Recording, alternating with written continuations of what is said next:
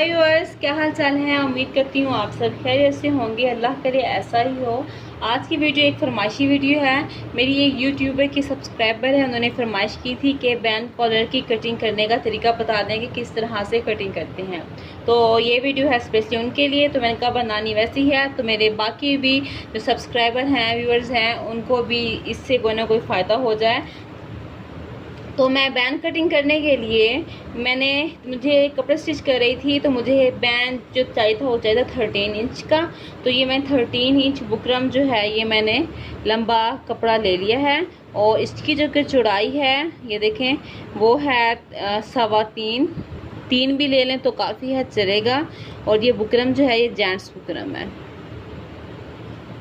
ठीक है। इसकी आपने जो पेस्टिंग वाली होती है ना, शाइन आपको नज़र आ रही होगी, हमने अंदर रखना है। अंदर रखेंगे, इसको हम ऐसे फोल्ड करेंगे।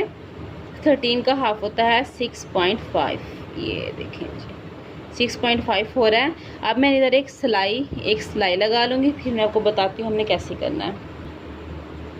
ओके वर्स, मैंने इस बुकरम को 13 इंच था, इसको मैंने हाफ किया। पेस्टिंग वाली साइड जो है मैंने इसके अंदर रखी है, शाइनिंग है, और इसको मैंने सिलाई लगा दी है। इसको मैंने सिलाई इसलिए लगाई है कि जब हम इसको कटिंग करते हैं या हम ड्रा करते हैं अपना पैटर्न, तो ये हिल जाती होती है, तो हमें थोड़ी सी मुश्किल होती है। तो आप पहले सिलाई लगा लें। स्टिच लेंथ आपने बड़ा रखना है, ठीक है। आपने इसकी ये कर ली। इसके बाद आपने करना क्या है, 13 इंच रेडी जो बैन है उसके लिए मैं बता रही हूँ। आपने यहाँ से आपने मार्क कर लें। आपने ये देखना है कि अपने बैग जो गला है वो कितना है। 5 इंच है बच्चे का, 2 इंच है, या 6 इंच है बड़े का है। अगर आपने बच्चे का जो अपने गोल कटिंग हम करते होते हैं ना गला, अगर आपने उसका 5 रखा है, ठीक है ना, तो हम इसको 5 पे निशान लगाएंगे ऐसे। यानी कि बच्चे का जो कि गला है ना बैक साइड वाला, अगर वो 5 इंच है तो हमने इसको 5 का हाफ होता है 2.5। तो मैंने इधर 2.5 का मैंने ऐसे मार्क कर देना है। मार्क करने के बाद मैंने 1.5 इंच ऊपर यहाँ पे निशान लगा लेना है, ये ऐसे 1.5 इंच ऊपर। ये देखें, आपको दिखा देती हूँ, ये है 1.5 इंच ऊपर मैंने मार्क कर लिया। ये मार्क हो गया। 2.5 इंच यहाँ से 5 होता है 2.5 का। मार्क करने के बाद मैंने कुछ भी नहीं करना। अब मैंने एक स्केच बनाना है। इसको मैंने थोड़ा सा स्टार्ट करना है इसको यहाँ से मैं थोड़ी स्ट्रेट लाइन लगा लूँगी ताकि मुझे मसला कोई ना हो। ये स्ट्रेट लाइन लगा ली। ये 2.5 का मार्जिन है ऐसे। अब मैंने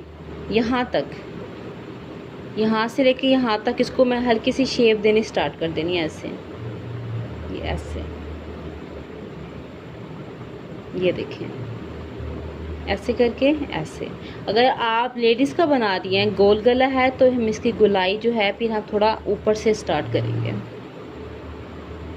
ये ऐसे करके ऐसे, फिर हम ऐसे स्टार्ट करते हैं ऐसे। ये ऐसे,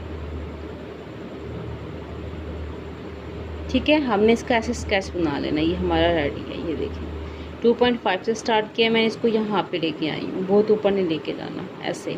मैं आपको बताती जाती हूँ कि कितना गैप लिया।